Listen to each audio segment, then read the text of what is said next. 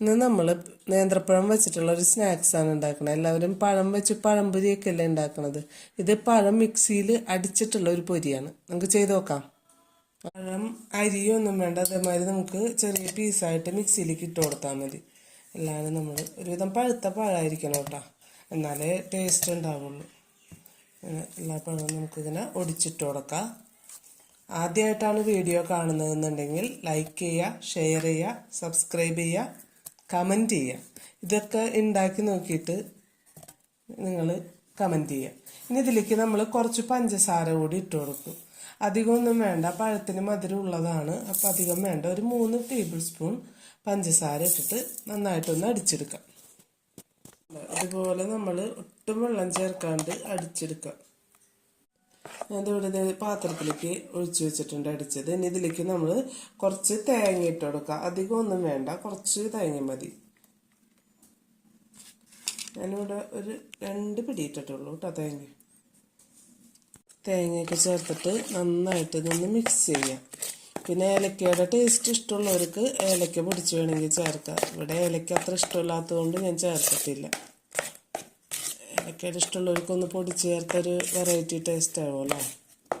ഇനി ഇതിലേക്ക് നമ്മൾ കുറച്ച് ഗോതമ്പ് പൊടി ചേർത്ത് കൊടുക്കാം. അത് നമ്മൾ ഇങ്ങനെ ഇത് മിക്സ് ചെയ്യുമ്പോൾ ബാറ്റർ ഇത് കട്ടിയാവണ അത്രയും വേണം നമുക്ക് ഏകദേശം. കാരണം ഒരുവിധം കട്ടിയിൽ ഇത് കിട്ടണം. അതിനെ ഇളക്കി നോക്കിയിട്ട് നമുക്ക് ചേർക്കാം. ഇനി ഇത് നന്നായിട്ടൊന്ന് മിക്സ് ചെയ്ത് കൊടുക്കാം. വേണ്ട, ഇപ്പം നമ്മൾ മിക്സ് ചെയ്ത് നല്ല പാകമായിട്ടുണ്ട്. ഞാൻ ഇട്ട് കൊടുത്തത് കറക്റ്റ് അളവാണ്. ഇനി നമുക്കിത് ഇതിങ്ങനെ എടുക്കാൻ പാകത്തിന് ആയാൽ മതി.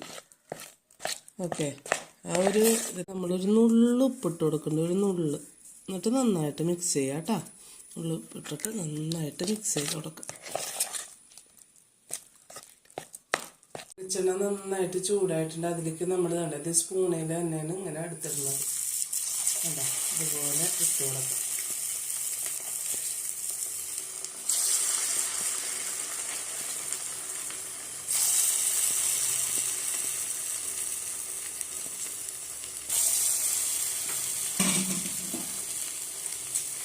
ഇതുപോലെ അല്ല, പ്രത്യേകിച്ച് ഷേപ്പൊന്നുമില്ല. നമ്മളൊരു സ്പൂണിൽ കോരി വയ്ക്കുന്ന ആ ഷേപ്പ് തന്നെ. ഇതുപോലെ കളർ ചേഞ്ച് ആയി നല്ലോണം വെന്ത് വരും. സിമ്മിലിട്ടിട്ട് വേണം വേവിക്കാനറിയാം, കരിഞ്ഞു. ഇപ്പോൾ ഇതുപോലെ റെഡിയായി കിട്ടിയിട്ടുണ്ട്. ഞാനിത് വെറുതെ ഡെക്കറേഷൻ്റെ ഭാഗമായിട്ട് വെച്ചതേ ഉള്ളൂ. എല്ലാവരും ചെയ്ത് നോക്കണം കേട്ടോ, സൂപ്പർ ടേസ്റ്റാണ് കേട്ടോ. ഇതിൻ്റെ ഉള്ള നോക്കിയാണ്ട